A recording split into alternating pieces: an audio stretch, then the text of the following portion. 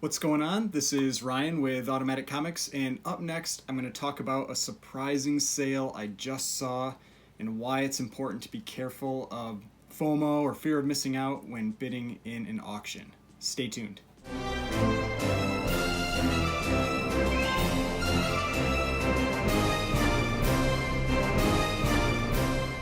Alright, so before we get started, please remember to hit that like button and hit the subscribe button if you'd like to see more content like this.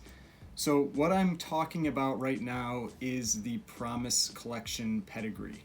And I've talked about this pedigree a number of times in the past. I've really enjoyed showing the books, talking about the books, and seeing just the huge record sales and everything that come with them. However, I have also given some warnings when I've talked about these sales about the premium that I'm seeing paid for some of these books, where we are seeing premiums of 50% to 200%, sometimes even more, that's being paid above what you'd see for the sale of that book if it was just a normal universal graded copy. And the reason I decided to talk about this again right now and bring this up in this video was a sale that I just saw. So a sale that I just saw tonight. I was watching the weekly Heritage comic auction, as I do every single week, to price books for my top 10 videos when I make them, for my market videos, and just for watching what's going on in the market and buying books myself. And there was a book that came up for sale, and I was a little surprised to see it. I thought I had seen it before, and it was because I had, and it was this book. I'll plug a picture of it up over here. And this is Human Torch number 31. This is a 9.0 white pages copy. It's a book from 1948, so a very impressive grade from that time period. Now, this is also the Canadian version, so you can see it's from Superior Comics up in the little descriptor instead of Timely. So the US version would have been Timely, Canadian version is Superior. There's nothing different actually about the cover of the book. The back of the cover looks the same as well. It's just that it was done by a different printer, basically. Now, I don't really know the story behind why this book came up for sale again. I don't know if the person who bought it didn't pay, if they got it and decided they didn't want it and returned it to Heritage, if they had bought it and decided they wanted to sell it again, which if they did, feel bad for them. So, because this book sold on September 12th as part of one of the big Heritage auctions. So this was part of when they sell the hundreds of books from the Promise Collection all at once, the ones that are highly advertised, that kind of thing. And on September 12th, this book sold for $7,200. Now that includes the buyer's premium. Whenever I quote a price from Heritage, I'm quoting the final price, so with the buyer's premium. Now that is a pretty big sale for what I'll call a non-key or kind of like filler, timely type book.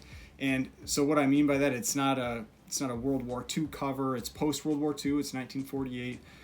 It's Human Torch, so that is, he is a popular character, but doesn't have Submariner on the cover. But it's just kind of like, it's a filler Golden Age book, which can be very cool, but you also have to look at the relatively limited demand for those books. That's why when I've talked about if you want to get into buying books like Timely books, things from like Marvel Mystery Comics, that kind of thing, if you look at the books through World War II, the prices are extremely high compared to the books post-World War II. You just have different types of cover content that just isn't quite as in demand, and so the prices tend to be a little bit lower. Now, this same book came up for sale today, and this is October 24th, and it sold for half, $3,600. And so that's what I'm talking about here when we're talking about this premium that was being paid on these books and why you need to be careful with it, because when you're selling in an auction, one that's really highly advertised, you have a lot of people there with a lot of money, you tend to get higher prices, and you're probably not going to see those same high prices on that same book in another sale, and that was definitely the case here.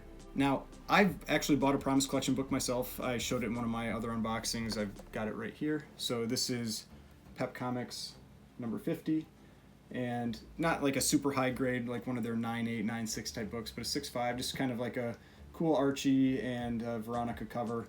And so I'm happy with the book, but the difference is when I bid on this book, the way that I priced this book when I was going to bid on it was that I looked at what the price would be if it was a non-pedigree book. And that's how I bid. I bid assuming no premium on the value of the book, and so I was comfortable buying that book at that price regardless of pedigree, whether the pedigree was there or not. And when you're looking at these books kind of from an investment standpoint, or just if you have any plans to sell the book in the future, really think that's how you should approach pedigree type books, at least until that pedigree has been proven to maintain that premium that's being paid for it. Now, if you just want the book, if it's a book that you want to have in your collection, you want to have it in that grade, all of that, and you're willing to pay whatever you want for it, doesn't matter. You can do whatever you want. But if you are planning to resell that book, you really do need to consider what that premium might be in the future, if anything, because there are a lot of pedigrees out there. If you go to CGC's website, you can look at all the different pedigrees that they've established, and plenty of them don't sell for anything above what a normal universal graded copy in the same grade would sell for, or maybe at most it's 5 or 10% above. Now, there are definitely exceptions. The Mile High pedigree, the Edgar Church pedigree, that one goes for a pretty significant premium above other books in similar grades, if they even exist, because it's often the highest graded copy on the census. Another one that I've talked about is the Okajima pedigree. I do happen to have one book from the Okajima pedigree as well, and mine doesn't have the cool new CGC label, but it's Spokane Rangers Comics number 40, which is a very nice high-grade copy in 8.5 with the fire hair character on it, but you can see how in these older ones it says Okajima up there. That's the pedigree.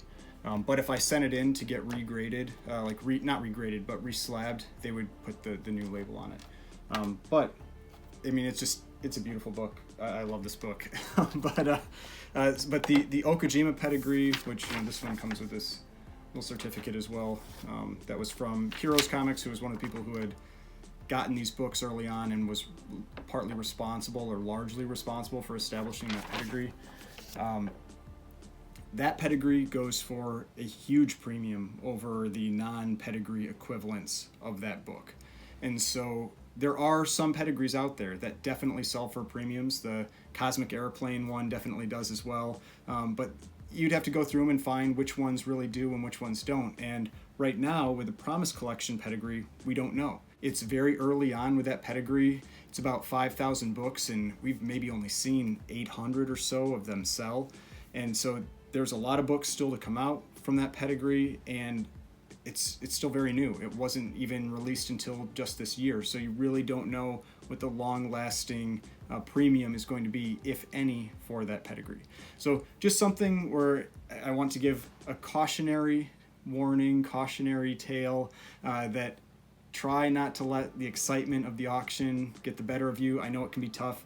They make it really easy to hit that bid button. But when you're getting into an auction, pick your price that you're comfortable at buying at and stick to it. Don't just keep hitting that button and bidding up. You can end up paying a lot more than you might ever be able to get out of that book in the future. Be conservative with the premium that you assign to that book, because I'm not saying that there won't be a long-lasting premium for this collection of books, but it's possible there won't be any. And so you do want to think about that if you're ever considering that you're going to be selling these books in the future. And just remember, there's always going to be another book.